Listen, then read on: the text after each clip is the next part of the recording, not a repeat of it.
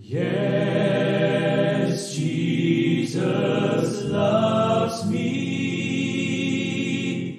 Yes, Jesus loves me. Yes, Jesus loves me. The Bible tells me so.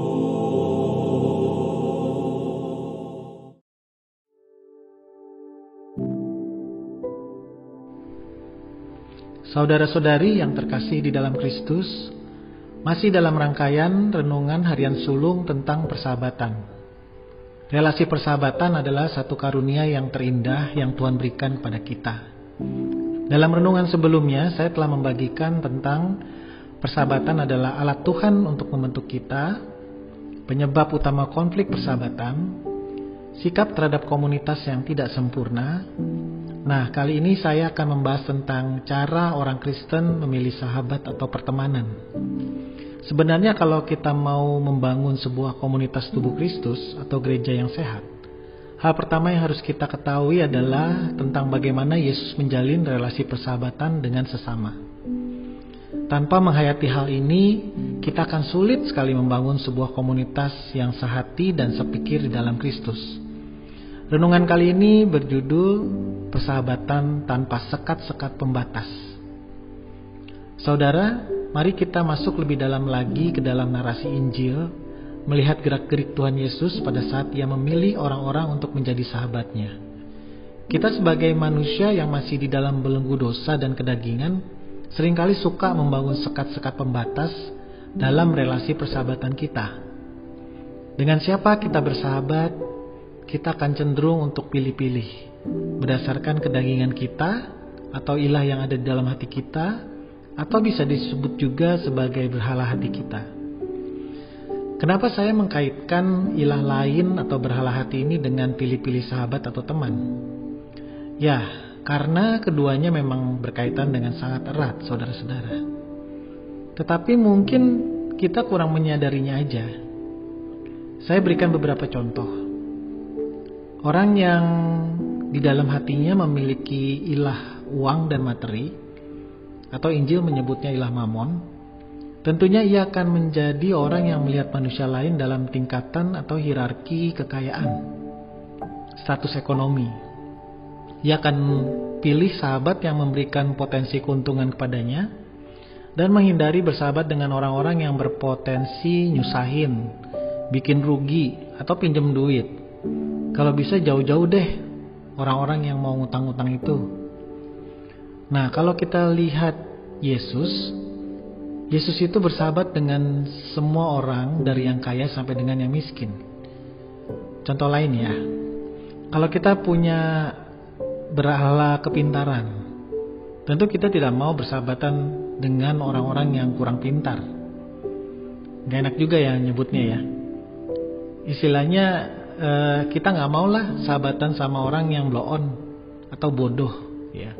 Soalnya nggak level omongannya, soalnya omongannya cetek sih gitu.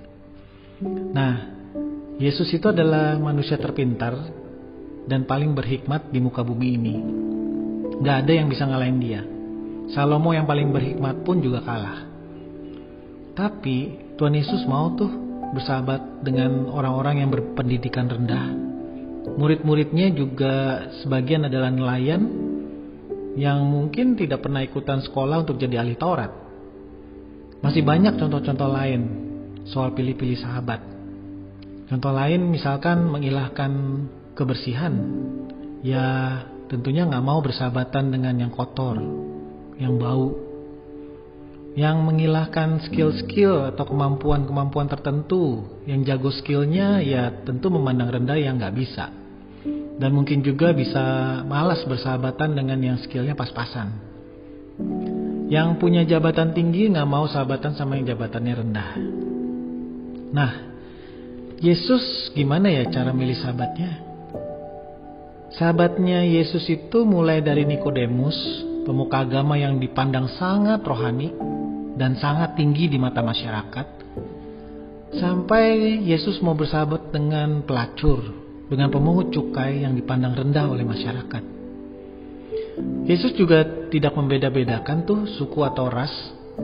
Ia mau kok bersahabat dengan orang non-Yahudi, orang-orang Samaria yang dipandang sebagai orang kelas rendahan oleh orang Yahudi pada masa itu.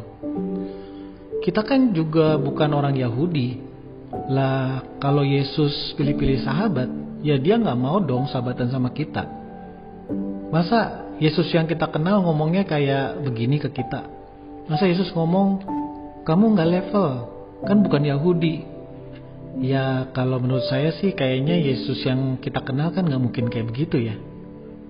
Tuhan Yesus itu mau loh bersahabat dengan kita secara pribadi, di dalam perjumpaan rohani kita dengan Dia, tanpa memandang suku atau ras kita. Spirit atau semangat persahabatan Kristus adalah sebuah semangat persahabatan tanpa sekat-sekat pembatas, saudara-saudara. Nah, betulkah kita benar-benar mengenal Yesus secara mendalam di hati kita? Kalau kita menjawab iya, aku mengenal Yesus secara intim dan mendalam, pasti persahabatan kita dengan orang lain, cara kita memilih sahabat, tentunya akan mirip dong seperti Yesus bersahabat dengan orang-orang lain di zamannya, tanpa sekat-sekat pembatas. Tentunya akan mirip sekali dong dengan persahabatan rohani antara Yesus dengan diri kita, tanpa sekat-sekat pembatas. Sebuah ayat firman Tuhan akan mendasari dan melengkapi renungan ini, yaitu dari 2 Korintus 5 ayat 16-17.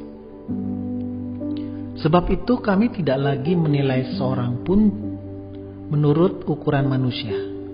Dan jika kami pernah menilai Kristus menurut ukuran manusia, sekarang kami tidak menilainya demikian.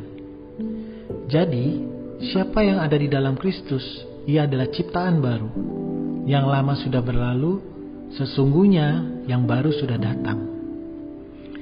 Hal dunia yang kita banggakan, yang kita ilahkan, yang kita berhalakan, akan menjadi tolak ukur kita dalam memilih sahabat.